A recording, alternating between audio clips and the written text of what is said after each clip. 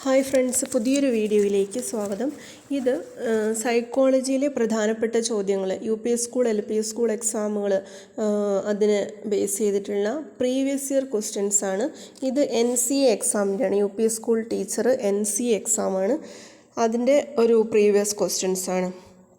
അപ്പോൾ 10 ക്വസ്റ്റ്യൻസ് മുൻ ക്ലാസ്സിൽ ചർച്ച ചെയ്തിട്ടുണ്ട്. ബാക്കിയുള്ള 10 അപ്പോൾ 20 ക്വസ്റ്റ്യൻസ് ആണ് സൈക്കോളജിയിൽ നിന്ന് വരുന്നത്. അതിൻ്റെ അകത്ത് 10 ഈ വീഡിയോ ചെയ്തത്. ആദ്യത്തെ 10 മുൻ വീഡിയോയിലുണ്ട്.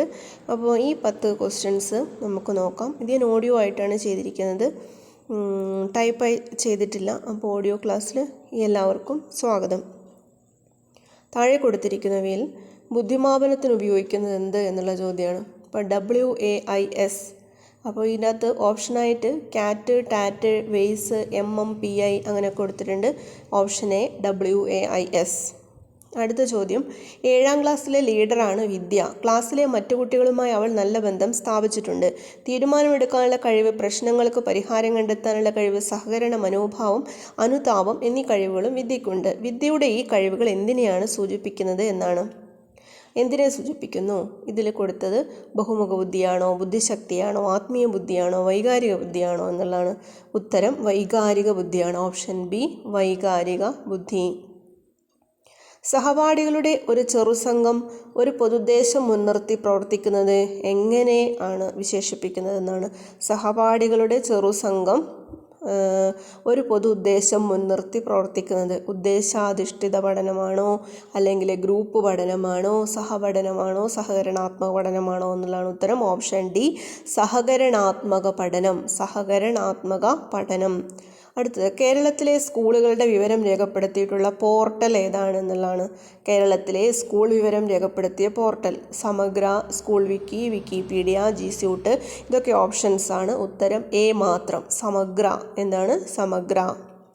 വിദ്യാഭ്യാസ മാനേജ്മെൻറ്റുമായി ബന്ധപ്പെട്ട പരിശീലനങ്ങളും ഗവേഷണങ്ങളും നടത്തുന്ന സ്ഥാപനം ഏത് എന്നുള്ളതാണ് ചോദിക്കുന്നത്. ഇപ്പോൾ CMAT ആണോ, SSK ആണോ, സൈറ്റ് ആണോ, അല്ലെങ്കിൽ SCERT ആണോ എന്നുള്ളതാണ് ക്വസ്റ്റ്യൻ. അപ്പോൾ അതിൻ്റെ ഉത്തരം ഓപ്ഷൻ A CMAT എന്നാണ്.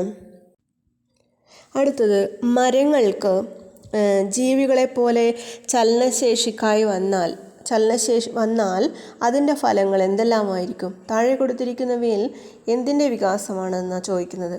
മരങ്ങൾക്ക് ജീവികളെപ്പോലെ ചലനശേഷി ഉണ്ടെങ്കിൽ അതിൻ്റെ ഫലം എന്താണെന്നുള്ളതാണ്. ജീവശാസ്ത്രപരമായ കഴിവ്, ബുദ്ധിശക്തി, പരിസ്ഥിതി മനോഭാവം, സർഗപരത. ഉത്തരം എന്താണ്? Option D സർഗപരതയാണ്. മരങ്ങൾക്ക് ജീവികളെപ്പോലെ ചലനശേഷി വന്നാൽ അതിൻ്റെ ഫലം എന്ന് പറയുമ്പം ഇതിൽ കൊടുത്തിരിക്കുന്നതിൽ ഓപ്ഷൻ D സർഗപരത. അടുത്ത ക്വസ്റ്റ്യൻ, ശാസ്ത്ര പഠനത്തിനായി ഉപയോഗിക്കുന്ന ഒരു സോഫ്റ്റ്വെയർ ഏതാണ് എന്നുള്ളതാണ്. അപ്പോൾ ഓപ്ഷൻ സ്റ്റെലേറിയം, ജിയോജിബ്ര, കോംബ്രിസ്, ഫൈറ്റ്.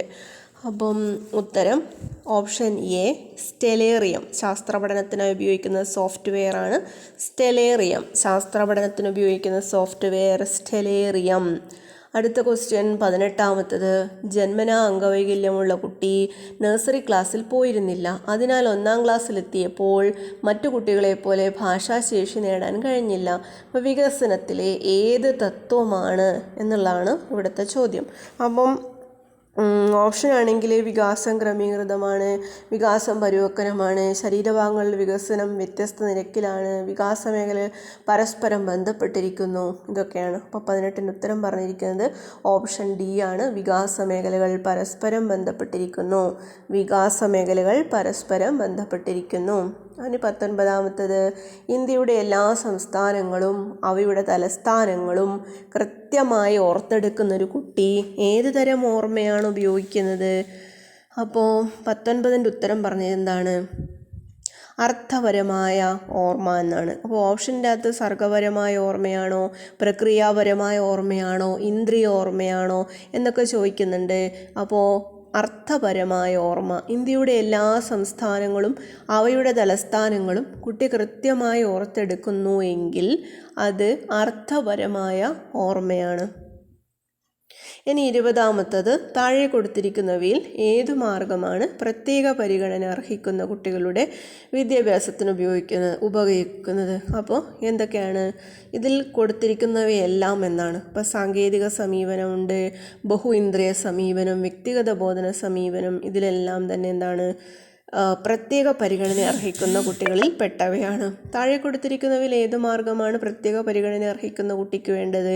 സാങ്കേതിക സമീപനം വേണം, വ്യക്തിഗത ബോധന സമീപനം വേണം, ബഹുഇന്ദ്രിയ സമീപനം വേണം. അപ്പോൾ ഈ 3 ഓപ്ഷനും ശരിയാണ്. അപ്പോൾ ഈ 3 ഉത്തരവും എന്തിൻ്റെ ഉത്തരമാണ്? ഈ ചോദ്യത്തിൻ്റെ ഉത്തരമാണ്. അപ്പോൾ ഇത്രയും കാര്യങ്ങളാണ് ഈ ഒരു വീഡിയോയിൽ ഉൾക്കൊള്ളിച്ചത്. ചാനൽ ആദ്യമായി കാണുന്നവരുണ്ടെങ്കിൽ ഒന്ന് സബ്സ്ക്രൈബ് ചെയ്ത് സപ്പോർട്ട് ചെയ്യണം, ലൈക്ക് ചെയ്യണം, ഷെയർ ചെയ്യണം.